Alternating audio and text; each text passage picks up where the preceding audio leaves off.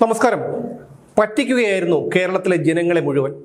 ശബരിമലയിൽ നടത്തിയ സ്വർണ്ണക്കൊള്ള കഴിഞ്ഞ സെപ്റ്റംബറിൽ പുറത്തു വന്നതിനു ശേഷം ആശങ്കയായിരുന്നു വിശ്വാസികൾക്കും കേരളത്തിലെ പൊതുസമൂഹത്തിനും. പൊതുപ്രവർത്തകനായ അഡ്വക്കേറ്റ് KM ഷാജഹാനാണ് ശബരിമല സ്വർണ്ണക്കൊള്ളയിൽ ഹൈക്കോടതിയിലെ ദേവസ്വം ബെഞ്ചിന്റെ ഇടപെടലുകളെക്കുറിച്ചും അന്വേഷണത്തിന്റെ നാൾവഴികളെക്കുറിച്ചുമൊക്കെ വിശദമായി അപഗ്രഥിച്ചിരുന്നത്. ഈ വിഷയത്തിൽ മാത്രം KM ഷാജഹാൻ DNA ന്യൂസിൽ 50-ൽ പരം വീഡിയോകൾ ചെയ്തു. പ്രത്യേക അന്വേഷണ സംഘം ഇടക്കാല റിപ്പോർട്ടുകൾ സമർപ്പിച്ചതിനു ശേഷം ഹൈക്കോടതി നടത്തിയ പരാമർശങ്ങൾ വിശദമായി പഠിച്ചിട്ടായിരുന്നു അദ്ദേഹം തൻ്റെ വാദഗതികൾ വ്യക്തമാക്കിയിരുന്നത്. അന്നും ഞാൻ ഉൾപ്പെടെയുള്ള സാധാരണക്കാർക്കുണ്ടായ ഒരു സംശയം, ശബരിമല സ്വർണ്ണക്കൊള്ള CPM-നെ സംബന്ധിച്ചിടത്തോളം വലിയ പ്രതിസന്ധിയാണ് ഉണ്ടാക്കിയത്, അതും തെരഞ്ഞെടുപ്പിന് മാസങ്ങൾ മാത്രം ശേഷിക്കുമ്പോൾ. ഈ സാഹചര്യത്തിൽ എന്തു വില കൊടുത്തും അന്വേഷണം അട്ടിമറിക്കാൻ CPM-ഉം സർക്കാരും ശ്രമിക്കും. ഇതായിരുന്നു എൻ്റെ ആശങ്ക.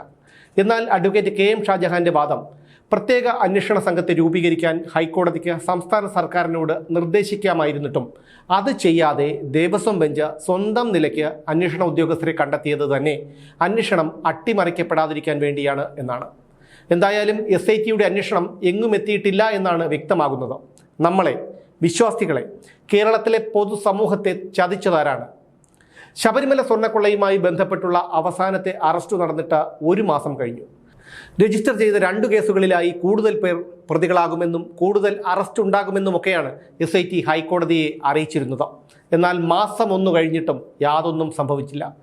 അന്വേഷണം പൂർത്തിയാക്കാൻ ഹൈക്കോടതി അനുവദിച്ചിരുന്ന 6 ആഴ്ച അവസാനിക്കാൻ ഇനി ദിവസങ്ങൾ മാത്രമേ ബാക്കിയുള്ളൂ. 3ാമത്തെ തവണയാണ് അന്വേഷണം പൂർത്തിയാക്കാൻ കാലാവധി നീട്ടി നൽകിയത് എന്നുകൂടി ഓർക്കുക. അന്വേഷണം തുടങ്ങിയിട്ട് 5 മാസങ്ങളാകാൻ പോകുന്നു. എന്നിട്ടും ശബരിമലയിലെ സ്വർണ്ണപ്പാളികൾക്ക് എന്തു സംഭവിച്ചെന്നോ എത്രത്തോളം സ്വർണം കൊള്ളയടിക്കപ്പെട്ടെന്നോ കൃത്യമായി കണ്ടെത്താൻ ഇതുവരെ SIT-ക്ക് കഴിഞ്ഞിട്ടില്ല. 90 ദിവസത്തിനുള്ളിൽ കുറ്റപത്രം സമർപ്പിച്ചില്ലെങ്കിൽ കസ്റ്റഡിയിലുള്ള 1-ാം പ്രതിയായ ഉണ്ണികൃഷ്ണൻ പോറ്റി ഉൾപ്പെടെയുള്ളവർക്ക് സ്വാഭാവിക ജാമ്യം കിട്ടുമെന്ന് SIT-ക്ക് അറിയാത്തതുകൊണ്ടല്ല. എന്നിട്ടും SIT ഭാഗികമായ കുറ്റപത്രം പോലും കോടതിയിൽ സമർപ്പിക്കാൻ തയ്യാറായില്ല. അങ്ങനെ കുറ്റപത്രം സമർപ്പിക്കാത്തത് കൊണ്ട് തന്നെ 1-ാം പ്രതി ഉൾപ്പെടെയുള്ള കള്ളന്മാർ സ്വാഭാവിക ജാമ്യം നേടി പുറത്തിറങ്ങി. ഇപ്പോഴും കുറ്റപത്രം സമർപ്പിച്ചിട്ടില്ല. അതുകൊണ്ട് തന്നെ മറ്റുള്ള പ്രതികളും ഉടൻ തന്നെ സ്വാഭാവിക ജാമ്യം നേടി പുറത്തിറങ്ങും. എന്നിട്ടും SIT-ക്കോ ഹൈക്കോടതിയുടെ ദേവസ്വം ബെഞ്ചിനോ കുലുക്കമില്ല. അവസാനമായി SIT അറസ്റ്റ് ചെയ്തത് മുൻ ദേവസ്വം ബോർഡ് അംഗമായ ശങ്കർദാസിനെയാണ്, ജനുവരി 14-ന്. ഈ സ്വർണ്ണക്കൊള്ള കേസ് ഉയർന്നു വന്ന സമയത്ത് അതിനെ ശക്തമായി പ്രതിരോധിക്കാനും താൻ നിരപരാധിയാണെന്ന് ന്യായീകരിക്കാനും ഒക്കെ ശങ്കർദാസ് മാധ്യമങ്ങൾക്ക് മുന്നിലെത്തിയിരുന്നു. എന്നാൽ അറസ്റ്റ് ചെയ്യപ്പെടേണ്ട സാഹചര്യം ഉണ്ടായപ്പോൾ അയാൾക്ക് പക്ഷാഘാതം. ശങ്കർദാസിനോടൊപ്പം ദേവസ്വം ബോർഡ് അംഗമായിരുന്ന വിജയകുമാർ അറസ്റ്റ് ചെയ്യപ്പെട്ടിട്ടും ശങ്കർദാസിനെ അറസ്റ്റ് ചെയ്യാൻ പോയിട്ട് പ്രതി ചേർക്കാൻ പോലും SIT അന്ന് തയ്യാറായിരുന്നില്ല. ഒടുവിൽ ഹൈക്കോടതിയുടെ രൂക്ഷ വിമർശനം ഏറ്റുവാങ്ങേണ്ടി വന്നപ്പോഴാണ് അയാളെ സ്വകാര്യ ആശുപത്രിയിൽ വെച്ച് അറസ്റ്റ് രേഖപ്പെടുത്തിയത്. പിന്നീട് മെഡിക്കൽ കോളേജിലേക്ക് മാറ്റി, അതിനുശേഷം ജയിലിലേക്കും മാറ്റി. അപ്പോൾ തന്നെ കാര്യങ്ങൾ വ്യക്തമാണല്ലോ. അതിനുശേഷം SIT ഹൈക്കോടതിയിൽ സമർപ്പിച്ച ഇടക്കാല റിപ്പോർട്ടിൽ പറഞ്ഞിരുന്നത് ദ്വാരപാലക ശില്പത്തിൻ്റെയും കട്ടിളപ്പാളിയുടെയും സ്വർണ്ണക്കേസുകളിൽ കൂടുതൽ പേർ പ്രതികളാകാൻ സാധ്യതയുണ്ടെന്നാണ്. ദേവസ്വം വിജിലൻസ് നടത്തിയ പ്രാഥമിക അന്വേഷണത്തിൻ്റെ അടിസ്ഥാനത്തിൽ ക്രൈംബ്രാഞ്ച് രജിസ്റ്റർ ചെയ്ത കേസുകളിൽ ചിലരെ പ്രതി ചേർത്തിരുന്നു. പക്ഷേ അതിൽ പലരെയും അറസ്റ്റ് ചെയ്യാൻ SIT ഇതുവരെ തയ്യാറായിട്ടുമില്ല. 2019-ൽ ശബരിമലയിൽ നിന്ന് ഇളക്കിക്കൊണ്ടുപോയ സ്വർണ്ണപ്പാളികൾക്ക് എന്തു സംഭവിച്ചെന്നും എത്രത്തോളം സ്വർണം കൊള്ളയടിക്കപ്പെട്ടെന്നും കണ്ടെത്താനായി VSSCയുടെ ലാബിൽ സാമ്പിൾ പരിശോധന നടത്തിയിരുന്നു. എന്നാൽ ഇതിൽ വ്യക്തത വന്നിട്ടില്ല. വ്യക്തത വരാത്തതാണ് അന്വേഷണത്തിന് തടസ്സമാകുന്നതെന്നാണ് SIT-യുടെ വാദം. കഴിഞ്ഞ ദിവസം വീണ്ടും ശബരിമലയിൽ നിന്ന് സാമ്പിളുകൾ ശേഖരിച്ചിരുന്നു. ഈ സാമ്പിളുകൾ മാർക്ക് ലാബിൽ അയച്ച് പരിശോധന നടത്തുമെന്നാണ് ഇപ്പോൾ പറയുന്നത്. കഴിഞ്ഞ വർഷം ശബരിമലയിലെ സ്വർണ്ണപ്പാളികൾ വീണ്ടും സ്വർണം പൂശാനായി കൊണ്ടുപോയതിലും ഹൈക്കോടതി സംശയം ഉന്നയിച്ചിരുന്നു. ഇതിന് സമഗ്രമായ അന്വേഷണം നടത്തണമെന്ന് കോടതി നിർദ്ദേശിച്ചിരുന്നു. ഒന്നും സംഭവിച്ചില്ല.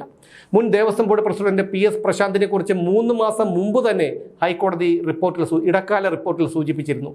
എന്നാൽ പ്രശാന്തിനെ ചോദ്യം ചെയ്തത് അതീവ രഹസ്യമായിട്ടാണ്. അന്നത്തെ ദേവസ്വം മന്ത്രിയായിരുന്ന കടകംപള്ളി സുരേന്ദ്രനും ഉണ്ണികൃഷ്ണൻ പോറ്റിയും മറ്റു 2 പേരും കൂടി ബാംഗ്ലൂർ എയർപോർട്ടിൽ ഇരിക്കുന്ന ചിത്രങ്ങളും അന്ന് പുറത്തു വന്നിരുന്നു. കടകംപള്ളി സുരേന്ദ്രൻ 1ലേറെ തവണ ഉണ്ണികൃഷ്ണൻ പോറ്റിയുടെ വീട്ടിൽ പോയ തെളിവുകളും പുറത്തു വന്നു. പക്ഷേ എന്നിട്ടും കടകംപള്ളിയെ ചോദ്യം ചെയ്തത് അതീവ രഹസ്യമായിട്ടാണ്. എന്നാൽ കോൺഗ്രസ് നേതാവും MP-യുമായ അടൂർ പ്രകാശിന് ബന്ധമുണ്ടെന്നുള്ള പ്രചാരണം വന്നതോടെ അദ്ദേഹത്തെ SIT ചോദ്യം ചെയ്തു. പക്ഷേ അത് മാധ്യമങ്ങളെ അറിയിച്ചിട്ടായിരുന്നു. ഇതിൽ നിന്നെല്ലാം നമ്മൾ എന്താണ് മനസ്സിലാക്കേണ്ടത്? ഒരുപക്ഷെ രാജ്യത്തെ തന്നെ കുപ്രസിദ്ധമായ ഒരു കേസ്, കോടാനുകോടി വിശ്വാസികളുടെ ആരാധനാ കേന്ദ്രമായ ശബരിമലയിൽ നിന്ന് സ്വർണം കൊള്ളയടിക്കുന്നു, അതും ദേവസ്വം ബോർഡ് അംഗങ്ങളും CPM നേതാക്കളുമായവർ. CPM നടത്തുന്ന മറ്റേതൊരു കൊള്ളകളെയും പോലെ ഇത് തേച്ചുമാച്ചു കളയാൻ കഴിയില്ലെന്ന് ഏറ്റവും നന്നായി അറിയാമായിരുന്നത് അവർക്കു തന്നെയായിരുന്നു. അതുകൊണ്ട് പലരെയും കൂട്ടുപിടിച്ച് വളരെ ആസൂത്രിതമായി ശബരിമല സ്വർണ്ണക്കൊള്ളക്കേസിൻ്റെ അന്വേഷണം അട്ടിമറിച്ചു എന്നാണ് ഇതിൽ നിന്ന് വ്യക്തമാകുന്നത്. ഒരു ചുക്കും സംഭവിക്കില്ല.